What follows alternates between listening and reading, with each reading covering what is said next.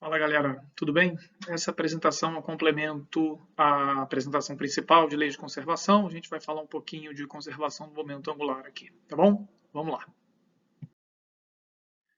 Bom, para falar de conservação do momento angular, é bom a gente recuperar a expressão do torque associado à força eletromagnética.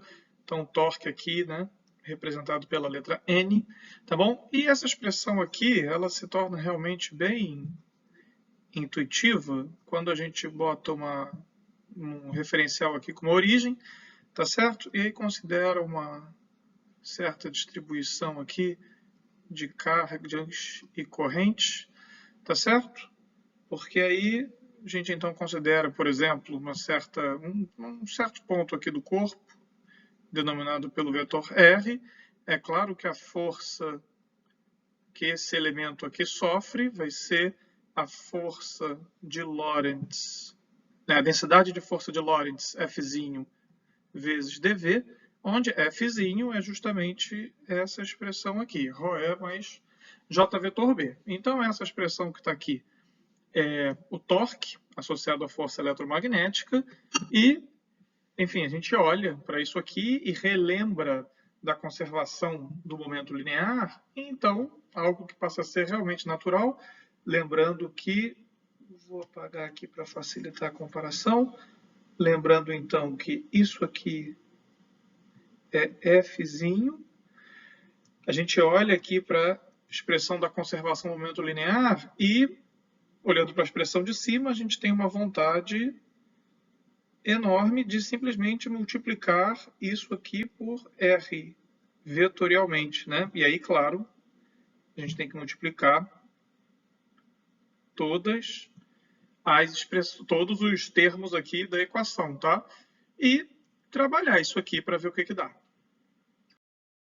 Bom, continuando o cálculo do slide anterior, a gente multiplicou a lei da conservação do momento linear por R, então é esse o R que aparece aqui justamente no segundo e no terceiro termo. Notem que aqui no primeiro termo ele já entrou, já pulou aqui a derivada, porque R e DDT são independentes. Então, R pode estar fora, pode estar dentro, a gente já alocou ele convenientemente dentro aqui da derivada, tá certo? Mas agora a gente vai se preocupar com o segundo termo, ele é que vai ser importante. A iésima componente desse segundo termo aqui, já vou apagar. A iésima componente desse segundo termo aqui, ela pode ser escrita dessa forma, tá certo? E o que é importante aqui a gente prestar atenção é no segundo termo, tá, gente? Porque o segundo termo é a contração de um objeto, símbolo de Levi-Civita, que é antissimétrico em J e K, com o tensor das tensões de Maxwell, né, que está aqui, né, eu esqueci de, na verdade, dizer, aqui é o tensor das tensões de Maxwell, a gente não vai poder escrever a expressão dele completa, é aquela expressão grande que está lá na expressão anterior. Esse G aqui também é legal a gente relembrar quem é. G é simplesmente o vetor de Poynting dividido por C ao quadrado, que por sua vez é ε0, que multiplica E vetor B. Tá bom, gente? Então, enfim, não vou repetir a expressão aqui do tensor das tensões, mas vocês vão se lembrar que ele é simétrico, então é um cara que é simétrico em J e K, contraído com um cara que é antissimétrico em J e K, significa então que isso aqui dá zero, tá bom?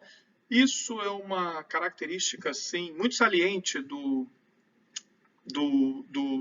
desse tipo de cálculo, porque mostra que um tensor das tensões simétrico, ele é fundamental para a gente chegar simétrico, é fundamental para a gente chegar onde a gente quer chegar, tá certo? Que é nessa equação de baixo aqui, que vocês já vão reconhecer, está bem naquela forma das equações de balanço que a gente discutiu na apresentação passada, onde, né, aqui a gente tem o escrevendo explicitamente, né? A gente tem ε0, R, vetor E, vetor B, tá bom? Isso é isso aqui. E a gente tem esse objeto aqui, né? Então, é a derivada temporal de alguém, mais a divergência de alguém, igual aqui a um resto, é se alguém aqui, que está sendo tirado a divergência, ele vai ganhar um nome aqui, é o M, né, um tensor, então carrega essas duas setas aqui, e algumas palavras estão ser ditas sobre esse produto vetorial aqui, porque é o produto vetorial de um tensor por um vetor, né? Então, apagando aqui, só para a gente olhar direto para as componentes, então, digamos que a gente queira a componente IJ desse cara, tá certo? O que a ordem do produto vetorial diz é a seguinte, se a gente escrever aqui no cantinho, né?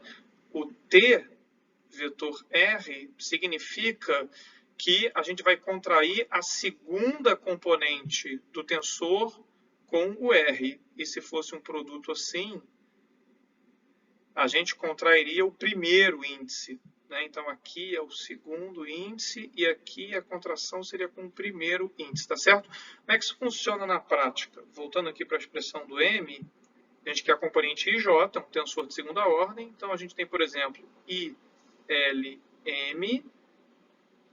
TJL,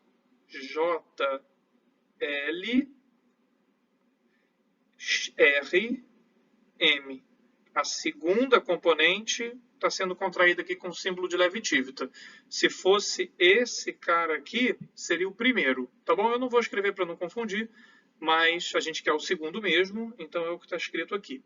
Tá bom, gente? E, finalmente, o termo que está aqui à direita tem uma forma de densidade de torque mecânico, né? Bastante natural. A gente pode reescrever a equação do slide anterior dessa forma, reinterpretando aqui o torque mecânico como a derivada temporal do momento angular mecânico e a expressão à direita aqui fica simplesmente a integral do que estava escrito à esquerda no slide passado, lembrando então, né, desses dois termos aqui que o M a gente introduziu lá no slide passado, e esse RG aqui, esse R vetor G, a gente vai querer conversar um pouquinho mais sobre ele, né?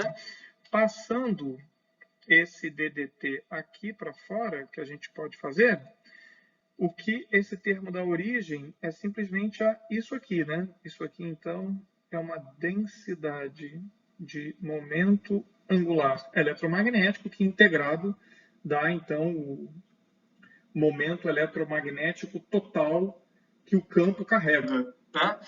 Esta equação aqui, vou mudar de cor, esta equação aqui, na verdade, esse lado direito aqui dessa equação, sugere fortemente essa interpretação, né? Até porque isso que está escrito aqui é simplesmente o R vezes a densidade de momento do campo, né? Então, nada mais natural que isso realmente seja a densidade de momento angular que o campo eletromagnético carrega. Essa expressão ela pode ser reescrita de uma forma muito interessante. E aqui, né, é um daqueles exercícios que eu vou pedir, implorar, suplicar para que vocês façam, que é muito importante, né?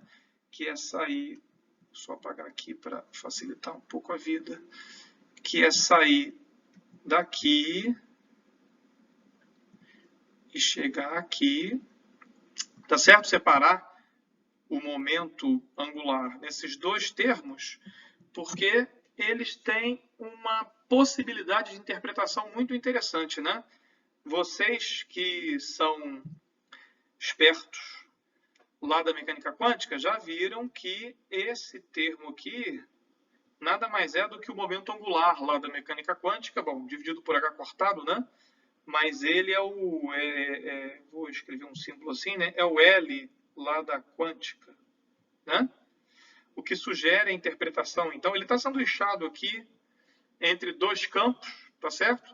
Então, sugere aí uma espécie de sanduíche do operador momento angular orbital, né? O R vetor nabla é o momento angular orbital lá na quântica, então isso sugere a identificação disso com certo momento angular orbital, o que deixa isso aqui, então, com